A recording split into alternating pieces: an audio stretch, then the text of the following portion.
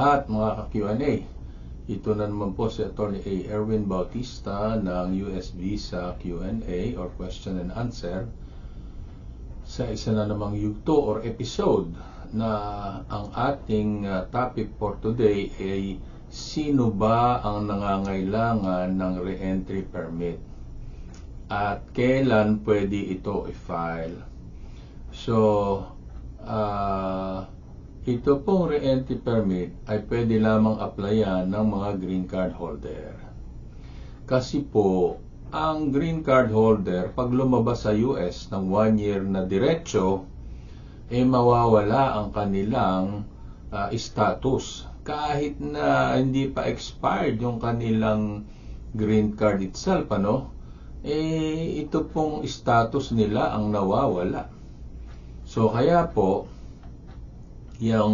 kung alam ninyo na mag-stay kayo outside of the US for 1 year or longer, mas mabuti po na mag-apply kayo ng re-entry permit kasi pinapahintulutan ito na mag-stay kayo ng 2 taon diretso kung ayaw nyo bumalik rito sa Amerika within the 2-year period. Ngayon, kailan nyo ba pwedeng i-apply yan? Pwede lamang pong i-apply yan kapag kayo ay physically present in the United States. So, hindi po yan pwedeng i-file pag nasa Pilipinas na kayo tsaka nyo i-file.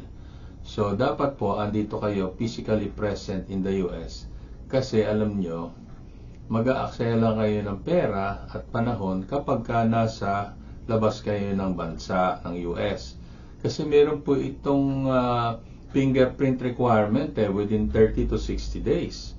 So, kaya ang suggestion ko, pagka-file ninyo, maghintay kayo muna na makapag-fingerprint bago kayo aalis. Kasi gagastos na naman kayo pabalik dito sa US para lamang sa fingerprint. Ngayon, may mga iba na nag-a-apply, sinasabi, we have already captured your biometric in a previous application. You don't need to show up for any, we don't need your fingerprint for this application. So, yung pong mga ganon, pwede, hindi na kailangan. Pero, malalaman mo lang din yon within 30 to 60 days of filing the re-entry permit. So, ngayon, kailan ba at sino ang nangangailangan yan? So, yung pong mga client ko na nag-apply niya, na in-apply namin, yung iba mga estudyante, gusto nila tapusin yung pag-aaral nila. Yung iba naman po ay nagtatrabaho, malapit na silang mag-retire. So, kaya kailangan mag-file ng re-entry permit para hindi sila magastosan masyado sa pabalik-balik para i-maintain yung kanilang status. Kasi pagka gusto nyo i-maintain yung status nyo, kailangan wag kayo lalabas ng 1 year or longer. So, ano gusto nyo yun? Babalik kayo every year. Ang problema doon, kapag napansin ng immigration na kayo ay babalik dito bago mag-1 taon, tapos mag-i-stay lang kayo ng 2 weeks or 1 month, magtataka yung immigration doon sa airport. Isipin nun, ano ba talagang plano nito or intent nitong green card holder na ito? Kasi parang turista papasya lang tapos aalis na. Kasi po ang immigrant intent, ibig sabihin niya maninirahan kayo dito sa Amerika. Kung padalaw-dalaw lang kayo, hindi parang tourist kayo. Magkaaway po yung non-immigrant intent at saka immigrant intent. Kapag ang turista pumupunta rin sa Amerika, ang pinag-iisipan sa kanila, mag-i-immigrant na to dito.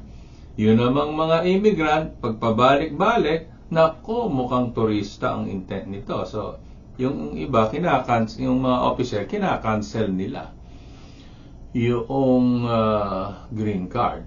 At kung gusto mong labanan yon, which is I strongly suggest labanan ninyo, i-refer kayo nun sa immigration court where you have to fight and prove that you have all the intent to remain in the US. So, kailangan kayo magpakita doon ng mga car insurance, car registration, yung lease agreement, kung kayo ay nangungupahan ng apartment, yung mga utility bills nyo. So, para hindi kayo maakusahan ng abandonment. So, ano po ba itong re-entry permit? Section 223.1 of HCFR states, Itong CFR is federal regulations. Ano po? A re-entry permit allows a permanent resident to apply for admission to the United States upon return from abroad during the period of the permit's validity without the necessity of obtaining a returning resident visa. Yan po yung returning resident visa, special immigrant visa din yan, at saka yan yung SB1 eh. So, para hindi na kayo kailangan pang humanap ng compelling reason or reasons beyond your control, apply kayo nitong re-entry permit. Pag alam nyo talagang kayo ay mag-i-stay dyan sa Philippines or outside of the US ng more than 1 year, but less than 2 years.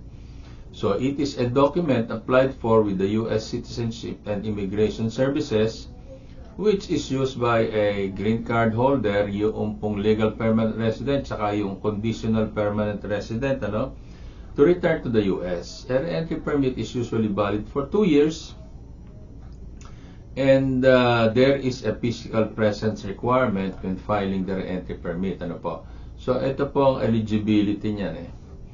The regulation at 8 CFR section 223.2 states in pertinent part B, eligibility. Re-entry permit, except as otherwise provided in this section, an application may be approved if filed by a person who is in the United States at the time of application and is a lawful permanent resident or conditional permanent resident. So, yan po ang requirement yan. Must be physically present in the US and you must be a green card holder, whether conditional or yung regular. Ano po?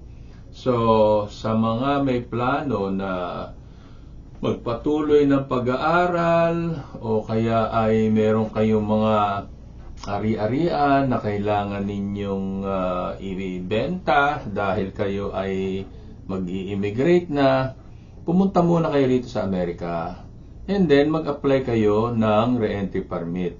Huwag nyo isugal yan na, ay, alis na muna ako, kailangan kong may ayusin, babalik na lang ako. Paano kung di kayo makabalik? So, sayang naman yung inyong status. Baka isipin ninyo 10 years yung green card ninyo. Allowed kayo na lumabas ng Amerika for 10 years. Hindi po yun.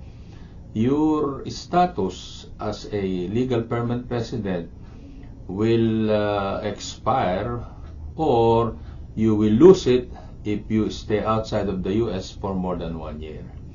Kaya po doon sa may mga plano na manatili sa labas ng Amerika ng more than 1 year, mag-apply po kayo ng re-entry permit while you are in the United States. So ayan po ang ating topic for today. Who should apply for re-entry permit and when can you apply for re-entry permit? So maraming salamat po sa panonood. Ito po si Attorney A. Erwin Bautista. At paki-subscribe na lamang po kung di pa po kayo subscriber at paka-click na rin yung like. At paki-share nyo na lang din doon sa inyong mga kaibigan, kamag-anak.